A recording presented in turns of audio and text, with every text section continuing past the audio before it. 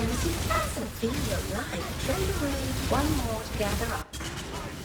Countless thousands. One more. My intermittent rage unable to release the most of my mind. Force of arms. The struggle is frenzy.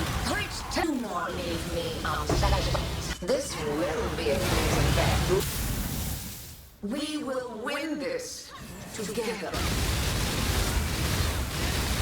The fires of the The others arrived to challenge me for this spell.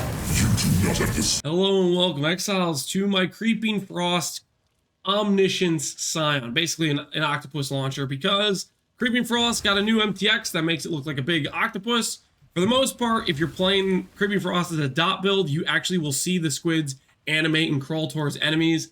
But since I'm playing as hit-based and I'm launching them out like a machine gun, it just makes the projectile look a little bit bigger. The difference is pretty clear. It's either like you have these white projectile bullets, or you have just a little bit bigger looking projectile because of the squid animation. It doesn't have any more AoE, but it looks a little bit cooler, I guess, and it makes my bitrate go down. So that's kind of cool. Now, what am I doing with this character? Essentially, I'm shoving in a bunch of things that I think are really strong and just trying them out together.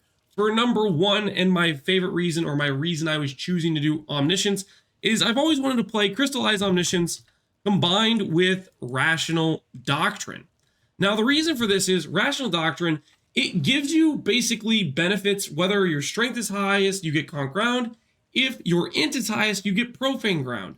Profane Ground makes enemies have 100% crit chance against them, as well as minus 10 res. Conk Ground gives 50% curse reduction and 5% regen. They're both pretty powerful stats. Now, the interesting thing is, with Crystallized Omniscience, the way it works is it sets you back to your base stats, the stat you have at level 1.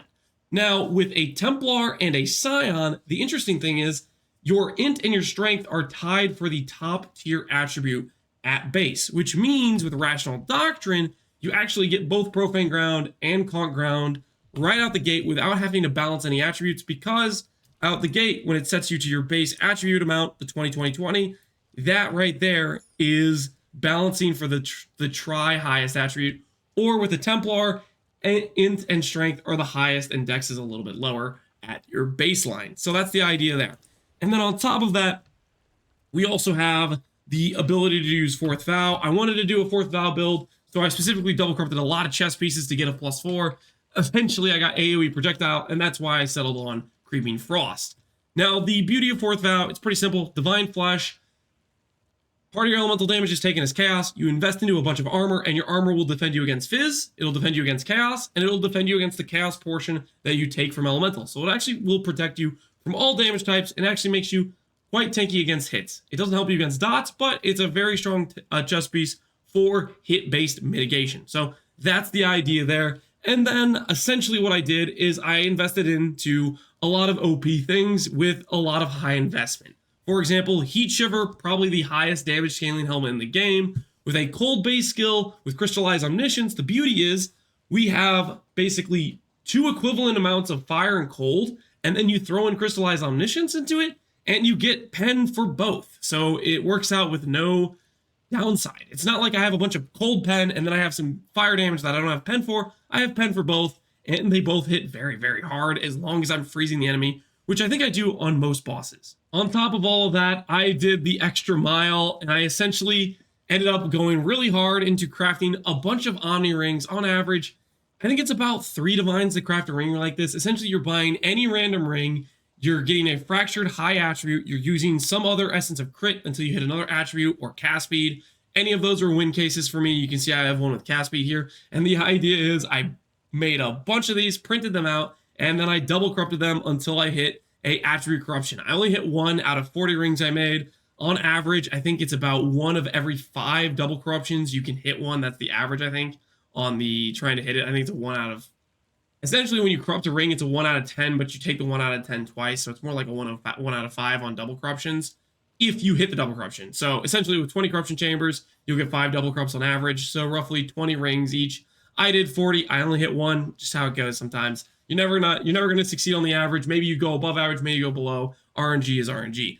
So that's the idea behind the character. Of course, Fourth Vow, I wouldn't recommend doing armor scaling on a build that doesn't get a lot of armor on the tree unless you have something like a Mage Blood. Mage Blood basically fixes the armor for a build that doesn't get a lot of armor scaling. So that's the TLDR on the build, and then we just shotgun out with projectiles using the +2 proj, +2 charge Warrior's Tale right here. Completely overpowered for projectile scaling, and I think if tattoos go core, most likely the +proj tattoo is gonna get the axe, or I'd be very surprised if it doesn't get the axe in some form or another. Anyways, that is the build. Let's go ahead and take it into, I want to give you guys a showcase of Chayula, and then we'll do an Uber Maven just to give an idea of what this build looks like to play.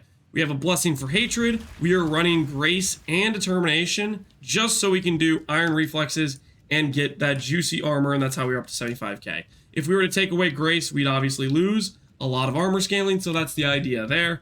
And then we're using a Basalt Flask instead of a Granite because it's a little bit higher armor scaling if you have enough flat armor, which with Grace and Determination, we have enough flat armor where Basalt starts to outscale Granite. Alright, let's go ahead and get in and start killing some monsters.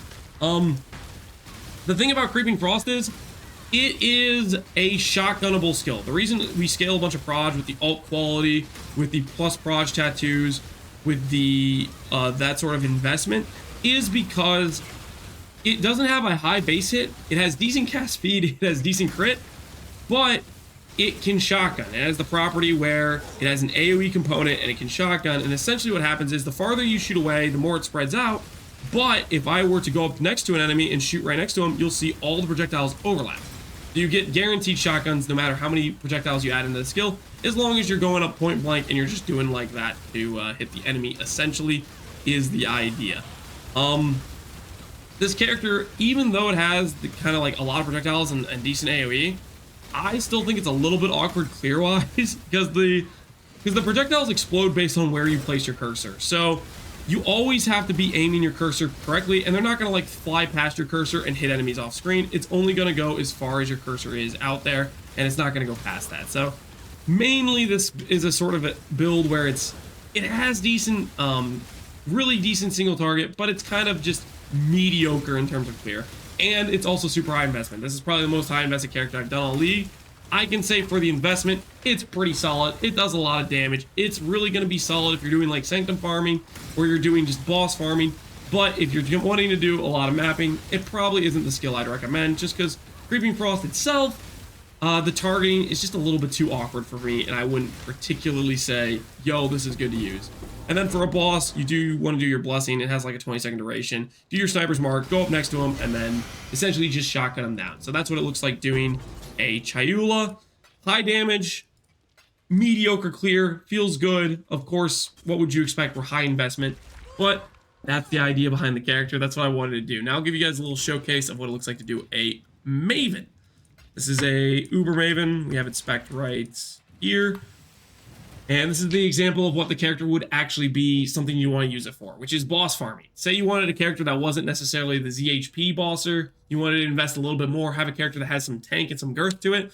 This character will have the tank while also still having the damage. I should be able to one-phase Maven unless I misplay, which is very possible. So hopefully we'll see how we do at this fight here. See if I remember to put on Righteous Fire and stuff, and let's get started. Put Sniper's Mark on Maven. Get up close and personal, and go for the shotgun. Maven, of course, has that initial damage reduction phase. I think they take a little bit less. I think most bosses do, where they spawn them with some damage reduction. So initially, those first attacks won't do as much, but you're still not going to have any problems finishing off bosses quite quickly, because it's a very high damage scaling build. Of course, if they don't spawn in for you to hit, you do still have to do the phase, but it's not too bad to just PKO the little henchmen bosses and then go into the next phase. And then if this guy spawns in these things, you just run around and dodge them until the phase opens up over here, and you drop them over up here on the side, basically. So go ahead and finish off the rest of this phase. I'm not particularly like a big fan of doing a build with a Mage Blood because of how high investment. Oh, nice. I didn't actually have to do a memory phase. That's kind of nice. I'm not particularly a big fan of doing builds with the mage build. I like to do the min-max version, but at the same time, I feel bad about sharing them on YouTube because it's a build that not a lot of people could play, even if they wanted to, just because of the mere expense of it. Hopefully, though, it's still kind of cool to see the concept for what you could do if you were to take this sort of build and really min-max it. We didn't kill her quite fast enough to skip the phase, but it should be easy enough for me to walk around and do it. So that's the idea behind this Creeping Frost Scion. I just wanted to try out some things I know are OP and just see how it turned out. I think this was just a all the way around situation. I think. Hopefully I didn't hit the... Yeah, I didn't hit the degen laser, but anyways, that's what it looks like doing a Uber Maven. This would be more of the specialty of what this character would be good at, which is running bosses, running Sanctum, something where you kind of want a little bit of tank for certain things where if you go sideways on a fight, you have to take a hit or two. It can do mapping okay, but as I said, the targeting's a little bit awkward. All right, so that is the idea behind this character. Just wanted to make something OP with some of the high investment we had here. And yeah, that is the Crystallized Omniscience, Creeping Frost, Octopus Launcher Scion. I don't know what to call this build, but hopefully you guys enjoyed it. As always, thanks for watching, Exiles. Take care, and peace out.